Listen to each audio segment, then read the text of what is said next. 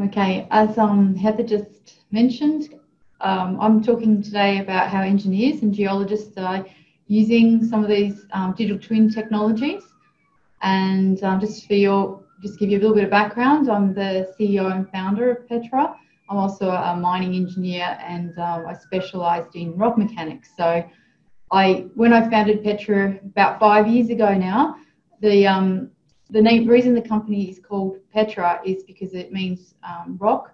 And so you'll notice throughout this presentation the emphasis that we have on the geology. And I must say it was good to hear John say when he started talking just in the previous presentation about the just how important geology is to the business of mining.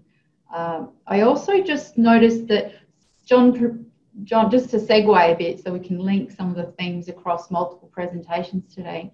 So John gave a good overview of the different types of digital twin. So I took a note there. There was the design digital twin, there's the realize digital twin that you see identified, and then the optimize digital twin.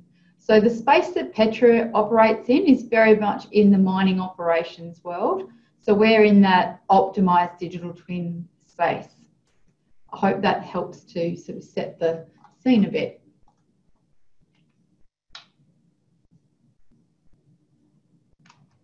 There we go. Okay, so I thought I'd just start with a definition of a digital twin, because there are different ones out there, and so I just wanted to be clear before I got too stuck into it when I'm talking about a digital twin, what I'm referring to in this case.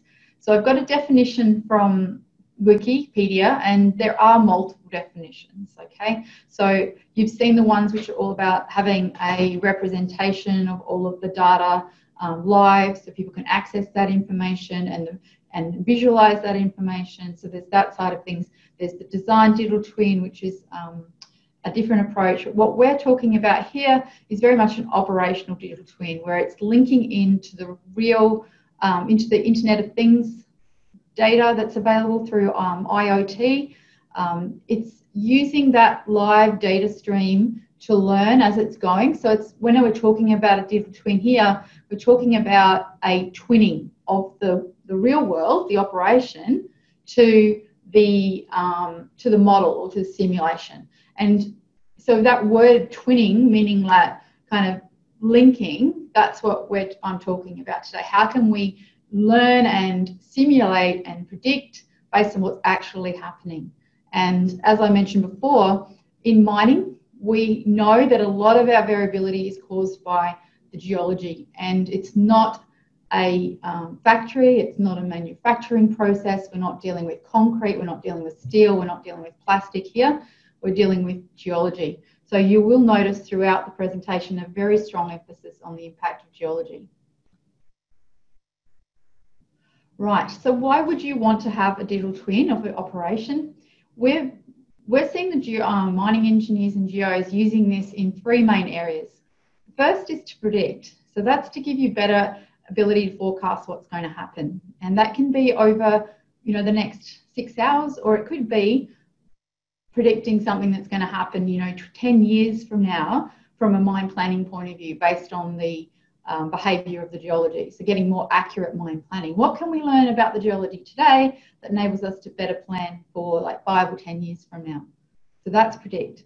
Simulation is about using the knowledge of the decisions we've made in the past to learn from that and use that knowledge of what gave us your best outcome and use that knowledge day to day as an operational decision support tool. So it's like questioning all of your historical data and saying, in the past, if I did this, what would that have happened? What would have happened? What outcome would we get from making that decision? And so we're able to learn a lot from our previous decisions using this digital twin approach. The engine behind that, for those who probably are thinking, how's this magical happen? How do we do this? The engine behind this is machine learning. So machine learning is the ability to process huge amounts of data, build really complex models, and from that, we're able to do this simulation and ask questions of the model. The final part, the optimization, in our case, when we talk about optimization, we're talking about a historical optimization. So it's not the global, like you can have theoretical global optimization. we're talking about what did people do historically that gave them their best performance. So it's a mathematical optimization engine that runs over the top of that machine learning model and effectively asks that question, in the past, how did I get my best performance? And it's actually one of the first steps towards automation. So when we see engineers and geologists using this, we're finding that the mining engineers are primarily in that simulation space. They want to be able to ask the questions directly. So I'm going to give you some drill and blast case studies today to show you what that means. In the case of the optimize, we're finding that the metallurgists in the processing plant world, they are more used to having real-time higher levels of automation through their processing plant and advanced process control. So going to an optimization of set points is not such a big step. To apply full optimization to drill and blast, for example, so it becomes more of a black box, is a bit more of a leap, and we're finding that they prefer to have the ability to run those simulations and have more visibility. All right, so why do I keep talking about geology and rock, and why did John bring it up before? Look, this is just one example. This is from the Natural History Museum in, I was actually in London in January this year, very early in January, and we were visiting, and this was, I just loved this specimen because it's been polished up really beautifully. And you can see just at this scale, this is iron ore from the Pilbara in Western Australia. And what it shows you just straight away is just how variable it is, even at that scale. And that's like just a couple of meters. So understanding what's going on at the geochemistry in that rock, like what the different minerals are present.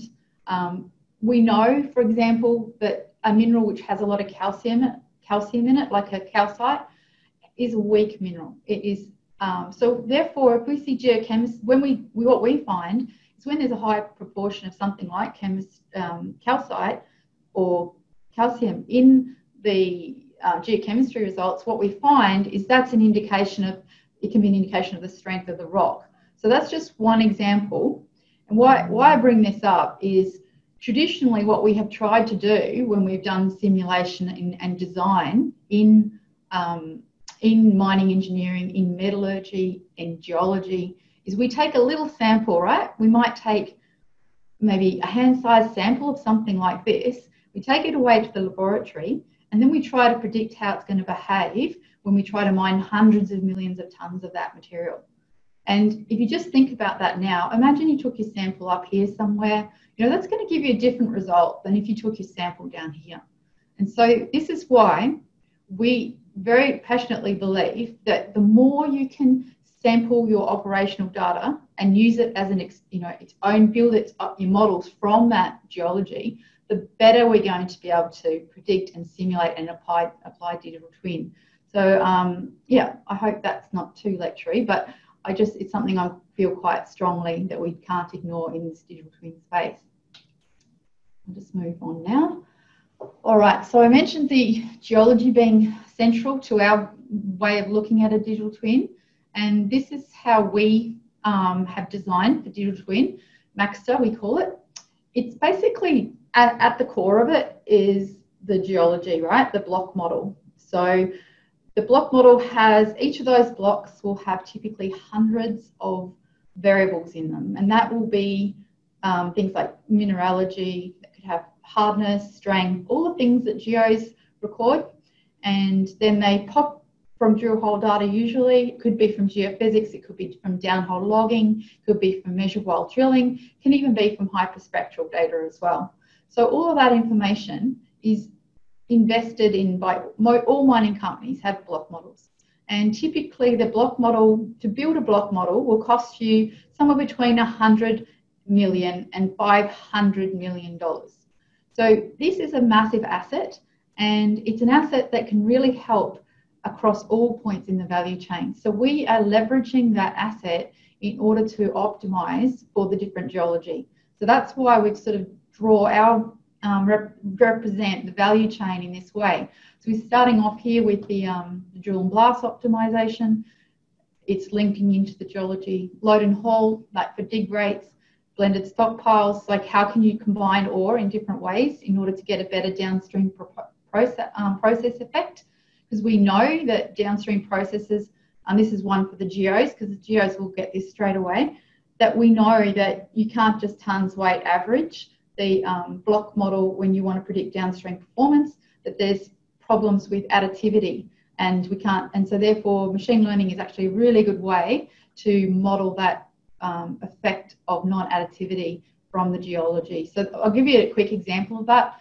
If you were, if you have really weak rock and really coarse rock, and you just average the two effects and then try to predict what happens in the plant, that may be very different from when you actually put them together, because they could actually work really well together. And machine learning is very good at dealing with that additivity problem. Then another one, crushing. Crushing is a really big value driver at the moment in Western Australia, which is one of the areas we have been doing a lot of work. And that's because it's been very difficult to prove the impact of drill and blast cost on downstream process. So we're helping engineers to basically show the value of their work and their decisions. And I'll show you examples of that. The next area is in the processing plant, which is in the grinding and then concentration. So that's your flotation and beneficiation plants. So we're going to move into some case studies now to just show how this is being used. So the first case study is from PANOS, which is actually based in Australia, Chinese company, but based in Australia with operations in Laos. And what they had there, they had an issue with identifying where their very low recovery was coming from. And so they decided that was their reasoning for trying out this digital twin approach. Okay, so the problem they had was they couldn't forecast where they were going to get low recovery. And we modeled that by looking at their tailings grade, because when you're getting a high level of gold or silver in the tailings grade, that's actually very, very much correlated to recovery. And so that was considered to be a grade independent index for recovery. So we built that model by mining through a year of geological data using the fleet management data, the block model data, and the plant data. And we were able to process all that into a digital twin model and then redeploy those models on a block by block basis into the block model. I'll show you what that looks like in a minute. The result was that it was implemented into mine planning we started the project in March and they were using it in mine planning by May. So it was very quick, just a couple of months from getting the data until the engineers were using it for life of mine planning. So this means they have a more accurate way of predicting tailings, and that's been used across all time horizons in the mine planning space. The ultimate value here is that they're not sending sub-economic ore through the processing plant. Okay, just play this video. So this is the mine in Laos, Banasai mine. It's going to switch over from drone soon to block model view, so you'll get to see what, if those of you who are not familiar with block models, what that looks like. What you can see here is the mine planning software. This one's Vulcan. This is what mining engineers and geologists use to do a lot of their design and planning or resource engineering. What you can see here is that every block in the block model has a prediction of tailings grade, and that is based on a digital twin model based on 2 years of data. And so they're using that to now forecast where they're going to get their high tailings from. So this is a slide from the presentation that PANOS gave in 2018 at the Complex Geology Conference. The AusIMM had a conference here in Brisbane, and this was presented by James Carpenter, the Senior Resource Geologist. What it's showing is how they were using it for life of mine planning to ensure that they weren't planning to include some of this low tailings grade. So this is just some examples of the accuracy of the model, so predicted versus actuals, that one. I wanted just to explain, because one of the things that engineers and geos really want to, when they get these solutions like digital twin, they really want to understand what's going on inside the machine learning models. Unfortunately, within the last couple of years, there's been some really good work done in this area of making machine learning more interpretable. We use a open source package called SHAP, and we've productized that into a thing called Max2Interp. And what that means is that users can see the different geological features that are contributing to that value driver. So on the left-hand side here, you've got the predictor importance plot. What that's saying is this is the this one here, A and C. I don't actually know what all these different block model parameters mean, but that's showing that as being the most important. And the size of the bar is basically the relative importance. On the right-hand side, we've got the SHAP plot showing the direction of effect. So in the case of A and C, when this value is high, you're getting an increase in tailings grade.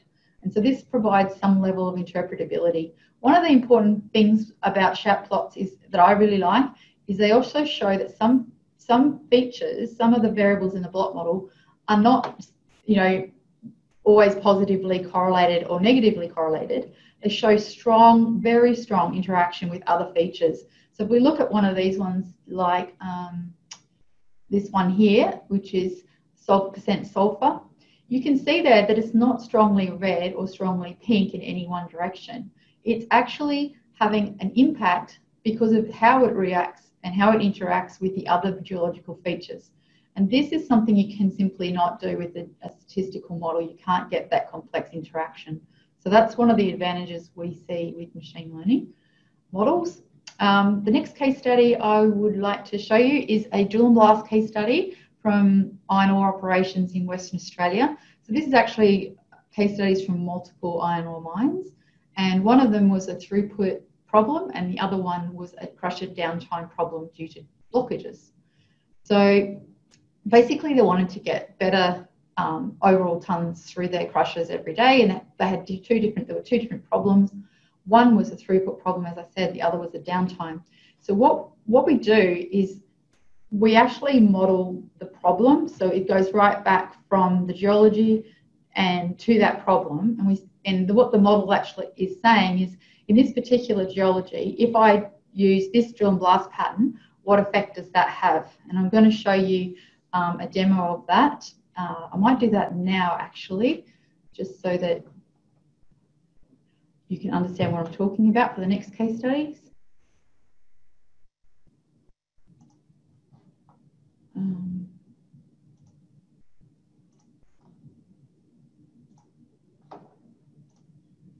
I had it open before, I don't know where it's gone. Okay, here it is. Okay, can everyone see the demo screen now, which has got Maxter, drill and blast, process, geomet along the top? I don't think so. Oh, you can't see that? I might have to stop and reshare, new share. Let me try. Here we go. Let's do that. Okay. That works. Oh, perfect. Okay. So before this presentation, I just set it up to show you an outcome, but I will run through as well. I just want to have it pre-populated in case there's a technical glitch. But what we've got here is the results for what we call the first line. Each line is a simulation result, okay? And we've got about, I think we had 21 scenarios, okay, that we ran here. It's the top one is the most prevalent historical design. So for that particular geology, in that particular location, so we're running it on a particular polygon. I'm sorry, I should have explained that better. So you have to bring in the polygon, which is the shape of that. Maxter then takes that away and creates a 3D shape with the block model in it, and then runs the simulation on each of those 3D shapes. Then when you run it, you can run it on different patterns and designs. So it's running the simulation every time on that same geology. It's asking the question, if I use this pattern, so let's say 0.82 explosive choice with the 6x7 spacing and burden and a hole diameter of 0.25, stemming of 4.4, what impact, what effect will that have? And we've got this particular case study has both a dig rate model and a primary crusher throughput. And so what you can see then is the percent impact of the different designs. So the baseline one is the most common one that they used historically in that particular geology. So the comparisons are compared to historically what they would have done in that same geology. All right, so I'm going to clear that one now just to show you the workflow now that you've seen those results. And you can see the percentage uplifts there. They're kind of ranging depending on which design you select. Each one is a different simulation. They range somewhere from like 8% uplift through to about 13%. Okay, so I'm going to clear simulations. And we're going to start again. And we're going to choose some different patterns. We might try 0.82. As the engineers trying different patterns, they can see how much is actually available in the historical data. So sometimes they might want to run a choice that there's not a lot of confidence in, okay? That means we haven't got a lot of historical data to support that scenario. So if I put in some more extreme cases here, we'll find that the amount of cases that we have to remove increases, all right? So as we do more and more, we'll find that there's increasingly that 137 out of the 247 choices that we have made have had to be removed. So these are all, we're running a bulk simulation here, so it gives you all of these scenarios. I'm going to change the stemming, say. I'm going to reduce that back from some of the more extreme patterns to what's more common. And it's telling us as we go through which ones are, we've had to remove 56 because we didn't have enough historical data out of the 70. And it's saying we've got 14 out of the 70 scenarios that you've picked that we actually have got the data for in this case. Anyway, but you get the general idea that you have to bring in the geology and then you need to make some choices and then run that simulation. I'm going to change the share now back to the presentation. Heather, could you just give me an update on the time, please? Yeah, we're getting close to the end. It's technically 5 minutes. We could go a couple minutes over though. So.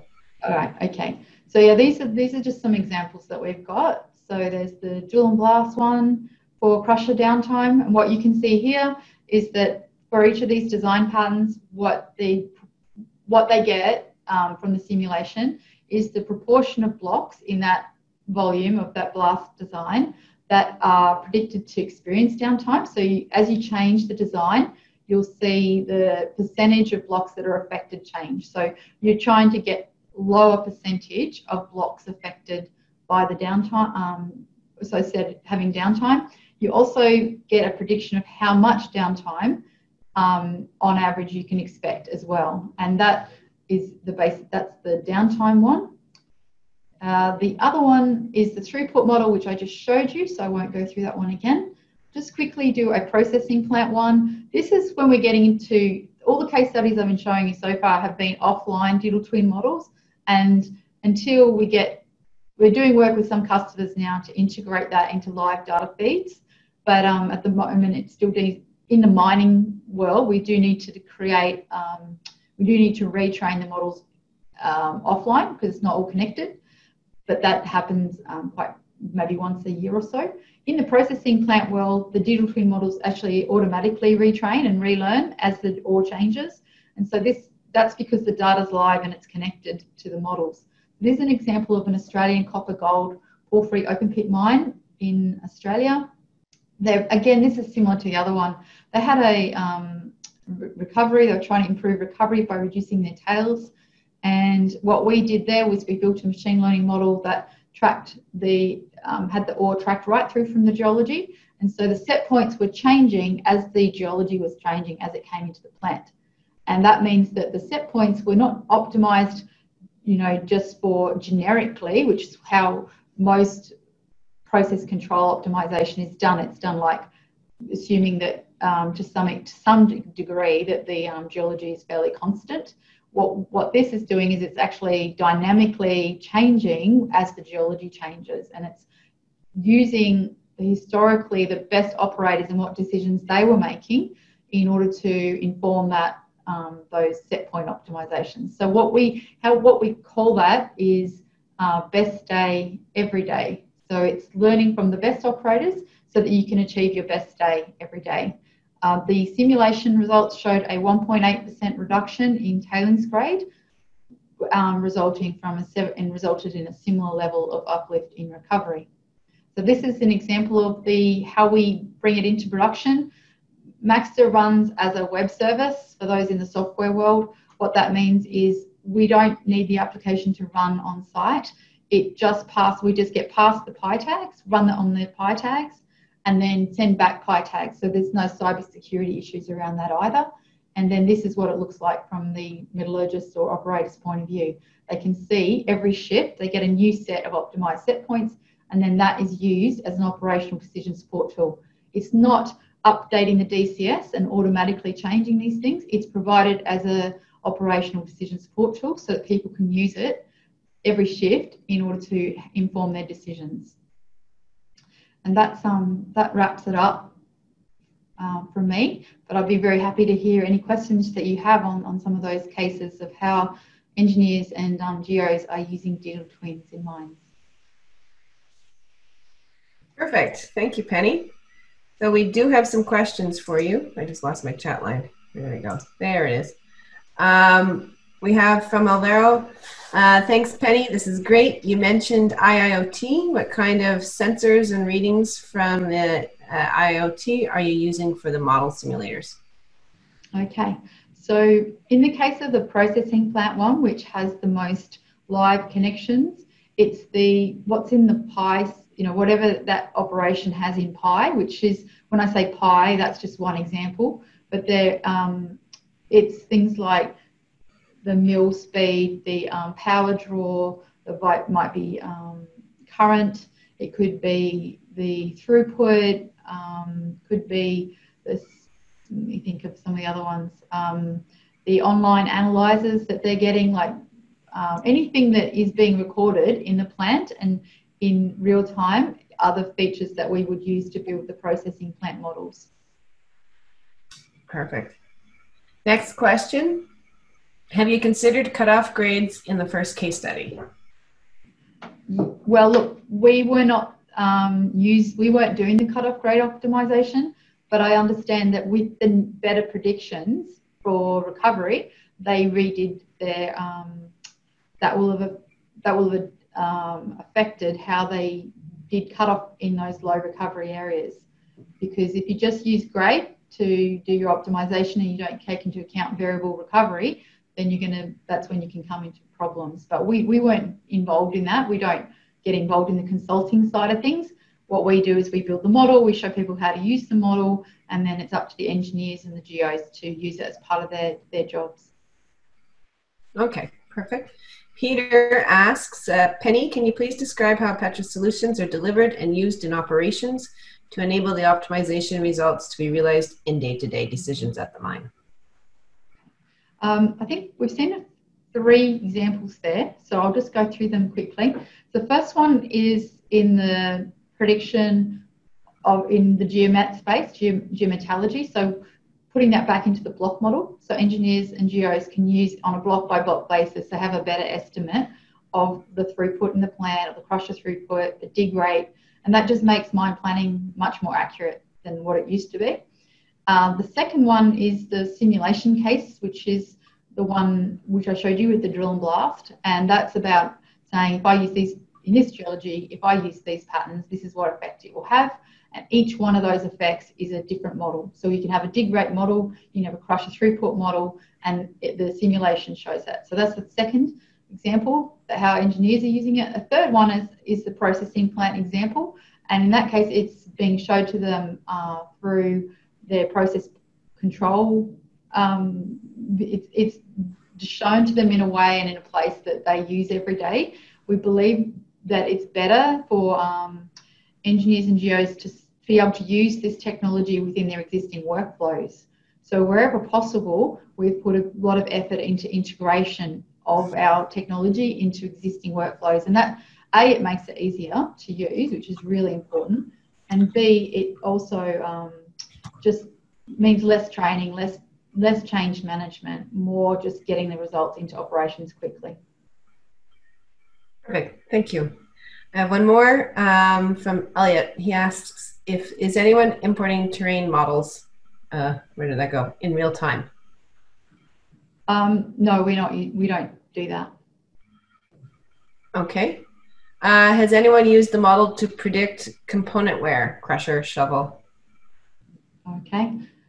We do have digital twin models for maintenance side of things, which is a different product. We call it Forestall, and it does take into account the geology as well. But it's in that case, it's about saying you see something going on with the ore and where it came from, and then that has an impact on the downtime or on wear, and so we're able to build a model of that. And we've got some case studies on the website. That one's called Forestall, but I don't want to confuse people too much because that's sort of in the maintenance space.